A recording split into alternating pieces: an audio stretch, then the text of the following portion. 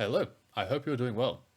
It's been quite a while since I've made an update video on my Jugglebot project, and a lot has happened in the interim.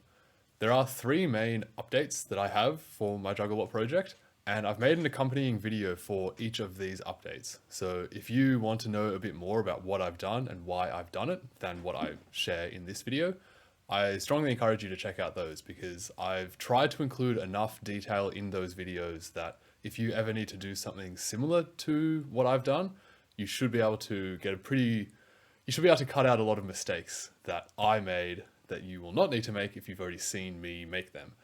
So yeah, check them out if you're interested. The first exciting update that I have is an upgrade to Jugglebot's hand. So you may remember from my previous videos that I was having issues with the hand sticking on the guide rods that it slides along. This carrier sticks quite a lot on the rods when it's sliding up and down. And I can pretty confidently say now that with this new design, this issue is pretty much resolved. This can slide very, very, very smoothly and basically never gets stuck. There's a lot going on in this design, and it's a little bit tricky to show on camera exactly what is happening here, but it's a very, very cool design. Part of what this design does is it is a compliant mechanism. So it's a little bit hard to show on camera, but this is a very spongy layout now. And the reason why I've done that, or one of the reasons, is with the hope of being able to absorb a bit more of the energy when a ball comes in. So before it was basically just hitting a rigid plate essentially, and now I'm trying to make it so that if the ball comes in with a little bit too much energy and the timing is a little bit off, this should be able to spring down a little bit to absorb that energy a bit more. This was pretty tricky to design, and it made use of a type of analysis called modal analysis, which I have not ever had the pleasure of using for an actual project before. And it was pretty fun. It's a super interesting field of engineering. If you want to know more about compliant mechanisms, resonance, and modal analysis, then I suggest you check out the compliant hand accompanying video to this one, and you can see how it all works there. Needless to say, I am super happy with this design. It's a lot of fun to play around with, and I'm very, very excited to see how well it works in the actual design to actually throw the ball when everything else is finally ready. On that note, I've made pretty good progress on the Stewart platform side of my new Jugglebot design. To recap on what this component does, it's essentially a scaled up version of this prototype Stewart platform that I made a little while ago for Jugglebot.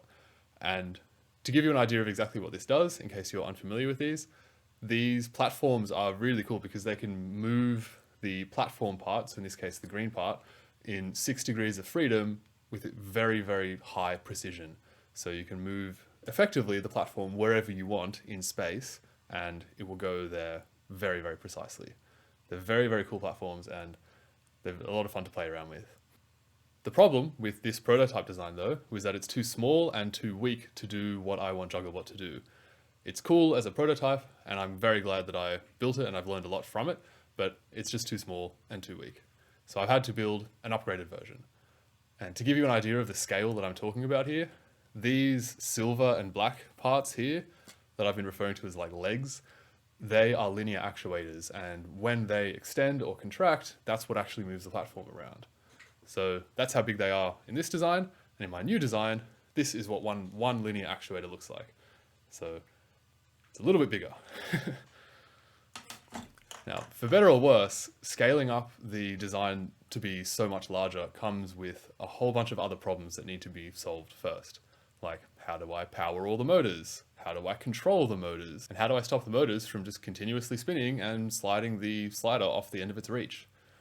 And once I've solved all of these problems, how do I actually house all of the electronics that needs to do this? Because I can't just have them sort of splayed around the place, because that's going to get very messy very quickly, and mess is not nice to deal with. Well, to answer the control side of things at least, I have made this custom PCB for Jugglebot. PCB stands for printed circuit board, for anyone unfamiliar with that. This board is essentially like the little brain for Jugglebot.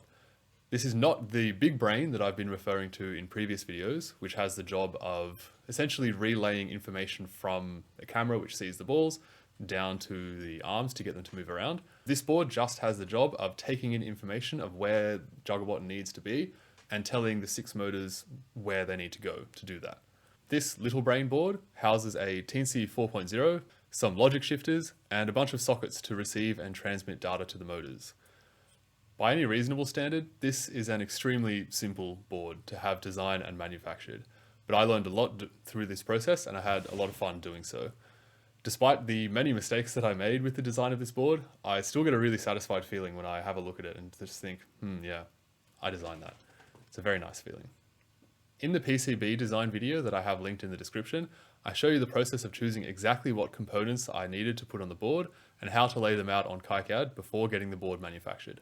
If that interests you, definitely check it out.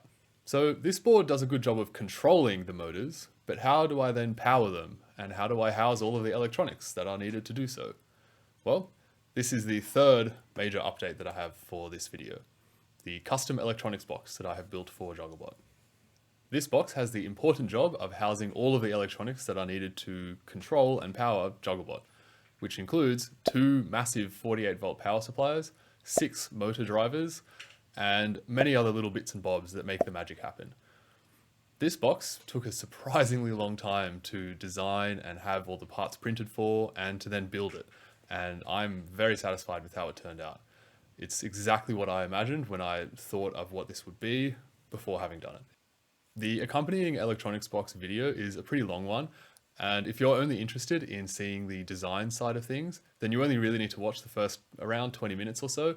But if you're interested in seeing me tackle all of the many problems that came up through the actual manufacturing of the box, like putting it all together. So I might have messed up a little bit. Then I suggest you check out the whole thing. It was a pretty fun experience and it took significantly longer than I was expecting it to, but it was a lot of fun. Each of these updates is a big step forward, and I am very excited to be that much closer to finally being able to test my actual Jugglebot design. It's been a long time coming, and I am very, very keen. There's no question in my mind at all that this is the most complex thing I have ever designed, and I can hardly wait to actually finally be able to test it. On that note, the next steps that I have in mind for this process are to characterize the linear actuators so that I know exactly how much force they can output at a given speed, build the remaining 5 linear actuators, test that the Teensy board can actually run 6 motors at once at the speed that I want them to be able to run at, and if it can't, then see how fast it can actually run them at, and finally, write the code to be able to control the Stewart platform with my 6° freedom space mouse. Obviously, there's a lot that needs to be done after that as well to actually get Jugglebot to juggle, but these are the next couple steps that I'm going to be working on over the next couple of weeks or so. If any of that sounds interesting to you, then don't forget to subscribe so you don't miss out. And that's about it from me for now. As always, I hope you found this video interesting, and if you have any thoughts about any of this, then please let me know in the comments below. Alright, I hope you have a good one, and I'll see you in the next video.